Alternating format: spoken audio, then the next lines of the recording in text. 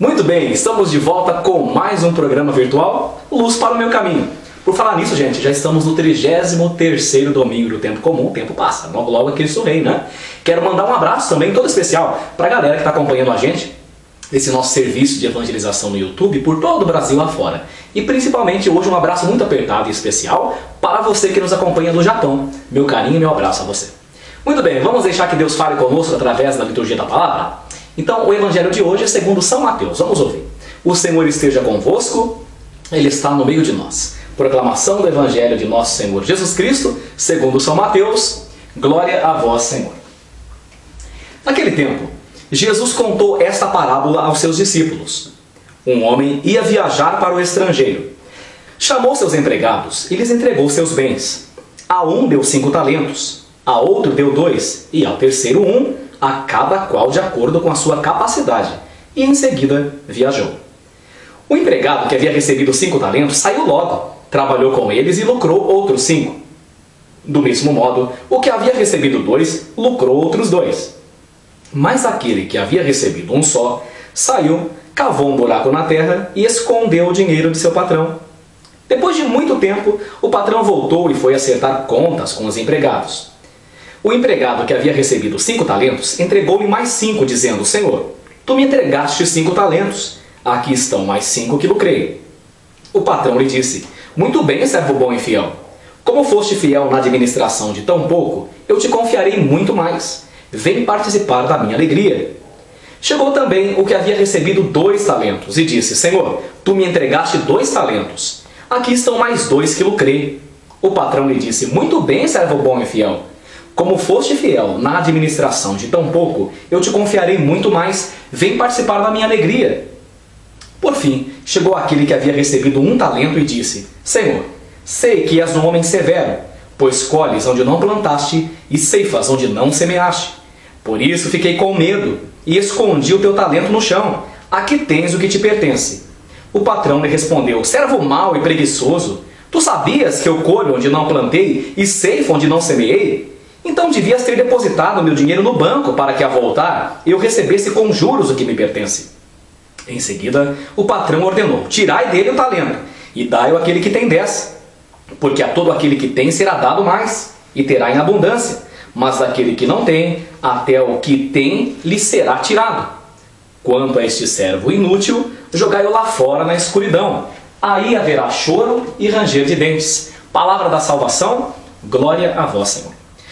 E a gente aprende muita coisa no evangelho de hoje. Uma primeira coisa, um primeiro ensinamento para todos nós, como que uma primeira lição, é que a produtividade de um servo, ou se a gente quiser falar numa linguagem mais contemporânea, a produtividade de um empregado está sempre ligada ao tipo de relacionamento que este tem com seu patrão, ou com seu chefe. Nós percebemos no evangelho de hoje que há pelo menos 2 formas básicas de se relacionar com o Senhor. Uma, por amor, que é a forma ideal. A outra, por medo, ou temor no sentido ruim da palavra. Vocês perceberam que um desses 3 funcionários aí tinha uma relação de medo com o Senhor? Não tinha uma relação de confiança, não tinha uma relação de respeito, de solidariedade, mas tinha realmente, não tinha cumplicidade, tinha uma relação de medo. É interessante isso. A pessoa que tem com o outro uma relação de medo nunca terá uma relação saudável e nunca produzirá, nunca obterá êxito na sua vida. Essa é a primeira lição que nós vemos. Então veja, para que eu seja uma pessoa que faça uma experiência verdadeira do Senhor, para que eu seja uma pessoa abençoada pelo Senhor de verdade, eu preciso ter com Ele não um relacionamento de medo, de um Deus castigador, mas um relacionamento de amizade. Isso é tão verdadeiro que o Senhor Jesus fala para nós no Evangelho: olha, eu não chamo mais vocês de servos, viu? Eu chamo vocês de amigos, porque o amigo conhece tudo aquilo que faz o seu outro amigo. Agora o empregado não sabe o que faz o seu patrão, não sabe o que faz o seu Senhor. Jesus quer que nós tenhamos com Ele um relacionamento de amigos. E o Papa Bento XVI tem insistido muito nisso ultimamente, né? Sobretudo aos padres, claro, aberto ao mundo inteiro. Ele tem falado: olha, o cristão é aquele que não se relaciona com um livro, mas se relaciona com uma pessoa, com Jesus Cristo, e tem Jesus Cristo como seu único e melhor amigo, como seu grande amigo. Então essa é a primeira coisa. Então veja, a produtividade dos servos estava ligada ao tipo de relacionamento que eles tinham com o seu patrão. Agora é interessante porque o patrão confiava nos 2 primeiros. Qual que é a prova disso? Ele confiou um maior número de talentos aos 2 primeiros, porque ele já conhecia. Sabia que aqueles 2 tinham amor para com ele. Sabia que não era apenas uma relação comercial, uma relação de distância, mas uma relação de amigos de verdade. Eles trabalhavam, ganhavam seu sustento, ganhavam seu salário, mas estavam contentes em trabalhar, entre aspas, para aquela empresa, vamos dizer assim, não é verdade? Então o Senhor deu 5 para um e 2 para outro. Então o Senhor já acreditava e já confiava no potencial de cada um deles. Agora o interessante é que o texto diz que logo que os dois recebem, eles vão imediatamente. A palavra é logo. O patrão mal vira as costas. Não é assim, o patrão acabou de sair, vou dormir primeiro, depois eu vejo. Não. Mal o patrão vira as costas, eles já começam a trabalhar, porque amavam o seu Senhor. Agora o terceiro. O terceiro é uma personalidade no mínimo engraçada, no mínimo curiosa. Porque você veja, o terceiro, além de ter medo do patrão, ele tinha uma personalidade amargurada. Ou seja, ele tinha uma baixa autoestima. Ele não confiava no próprio taco. Mas o mais bonito é que o patrão sabia que investir muito nele não ia adiantar muito. Mas mesmo assim o patrão não desiste dele. O Senhor não desiste dele. O Senhor lhe dá um talento. Isso é interessante porque quando o ser humano está desacreditado de si mesmo, quando você não acredita mais em você, Deus ainda acredita. E o Senhor fala, olha, então eu vou dar pelo menos, vou dar um talento para ele. Ele mesmo não confia mais nele, mas eu vou dar um talento para ele. Eu vou dar um voto de confiança para ele. Jesus Cristo sempre dá um voto de confiança nas pessoas, mesmo que essas pessoas não acreditem mais no potencial que elas têm. Quanta gente vive por aí desacreditada com uma baixa autoestima? Às vezes eu recebo homens e mulheres na minha sala de padre, chegando e falando, olha padre, mais uma vez, infelizmente, eu fui passar numa entrevista de emprego, olha, mal olhou para mim e mandou embora. Eu não fui aprovado na entrevista de emprego. Mas por quê? Porque a culpa é do entrevistador? Não. Geralmente a própria pessoa já entra com uma postura de derrotada. Você reconhece uma pessoa que vai ser empregada ou não pelo jeito que ela atravessa a porta da sala da entrevista. Você entendeu? Se a pessoa já entra cabisbaixa, né? E aqui eu falo uma coisa, muitas vezes, minha gente, a nossa postura do lado de fora revela como nós estamos do lado de dentro.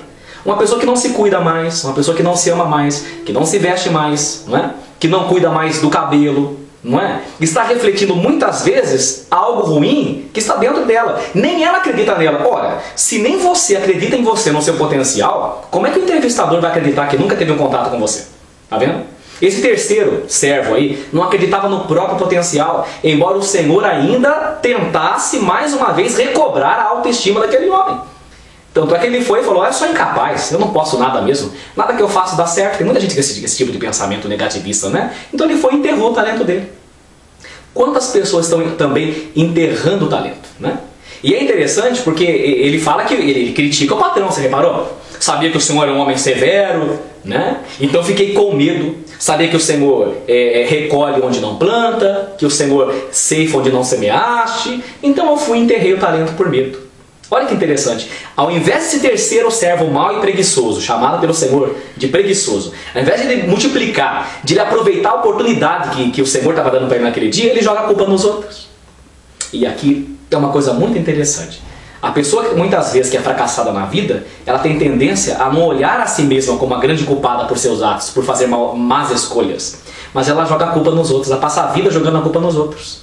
Eu não fiz inglês, não fiz faculdade porque me casei muito cedo, porque minha filha nasceu, porque minha mãe nunca me deu oportunidade, porque minha mãe me fez trabalhar desde cedo.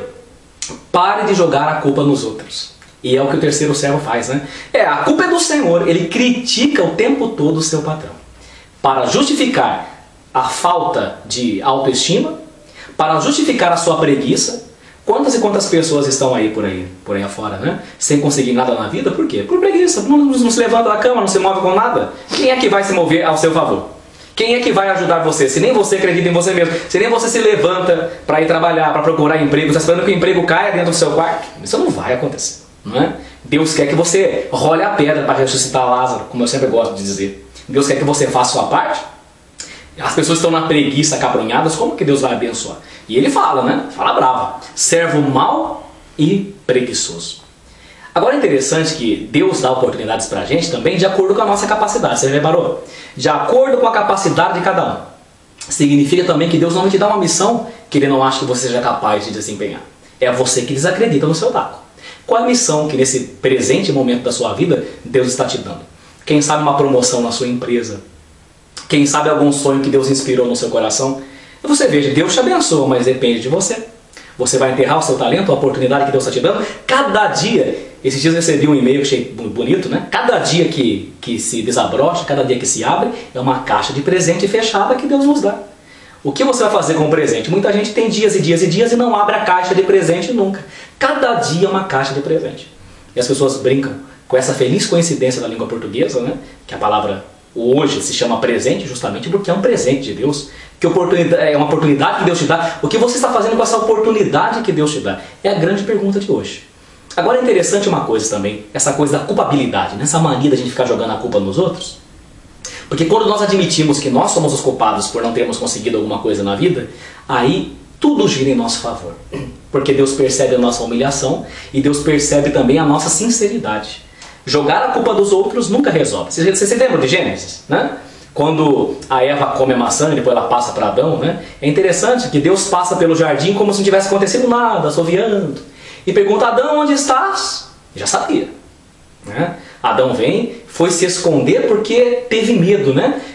Tive medo, ouvi seus passos no jardim e fui me esconder. Adão vai se esconder por quê? Por medo. Veja de novo a mesma relação do terceiro servo mau e preguiçoso. Antes era uma relação de amor, lembram? Adão conversava com Deus toda tarde no Éden. Eram grandes amigos, era um relacionamento de pai e filho. Agora ouvi seus passos no jardim e fui me esconder. Um relacionamento de medo. Interessante isso. E o medo faz realmente com que Adão se esconda.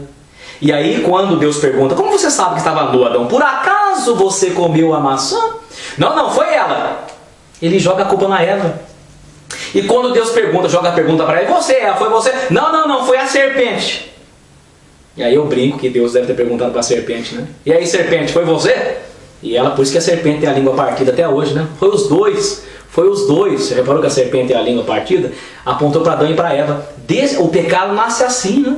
Um jogando a culpa no outro. Não jogue a culpa nos outros pela não realização dos seus sonhos, mas assuma que você não escolheu, que você não se abriu à graça e que dá tempo a eles de correr atrás do prejuízo. Jogar a culpa no patrão, ou seja, em Deus, e jogar a culpa na família, realmente não resolve. Para terminar, eu faço a seguinte análise com vocês. Olha, esse terceiro servo, ele tem a postura do complexado. O que é a postura do complexado? Eu gosto de dizer que as pessoas que têm um complexo de superioridade não estão bem. E o que é o complexo de superioridade? É a pessoa que sempre olha os outros de cima para baixo. Ela olha assim: todo mundo é incompetente, ninguém sabe nada, né? Todo mundo está aprendendo, ela é a mestra. Isso é uma psicopatologia, inclusive. Isso torna a pessoa doente. Psicopatologia, isso é uma doença da psique, uma doença da alma. E tem também o complexo de inferioridade. O que é o complexo de inferioridade? A pessoa sempre olha os outros de baixo para cima. Sempre os outros sabem mais, os outros são mais bonitos, os outros são mais abençoados, né? Reparem vocês que esse terceiro servo mau e preguiçoso, ele ficou olhando os outros que receberam 5 e 2. Olha que ele recebeu 5. Olha que ele recebeu 2. Ao invés de multiplicar o seu. Quantas pessoas ficam olhando outras pessoas bem-sucedidas e não fazem nada na vida e por isso não são abençoadas? E por isso não são pessoas bem-sucedidas, porque passam a vida inteira com os dois cotovelos na janela, olhando a vida alheia. E é interessante que você reparou na parábola de hoje que Deus não estipulou limite, o céu é o limite. Por exemplo, se ele recebeu 5 primeiro, né, que estava bem na fita. Se ele recebeu 5, não tivesse feito nada, tivesse enterrado o talento dele, ele ia ficar com 5. Agora, se o que recebeu 1 se esmerasse, se empenhasse, ele podia ficar com 10. O patrão em nenhum momento falou que havia um limite para eles lucrarem. Eles lucravam de acordo com a capacidade dos sonhos deles. E olha, quando você está com Deus, meu filho, minha filha, o céu é o limite. Você vai lucrar quanto você quiser. Com 1, você pode fazer 100. Assim como quem tem 5, se não trabalhar, pode não lucrar nada, pode continuar com 5 e pior, sabe? Às vezes o dinheiro desvaloriza nesse caso, pode até perder os 5. Agora veja a segunda postura, né? A postura do terceiro servo mau e preguiçoso também é a postura do fracassado. Saiba disso. Todo fracassado tende a culpar os outros. Nunca se esqueça disso.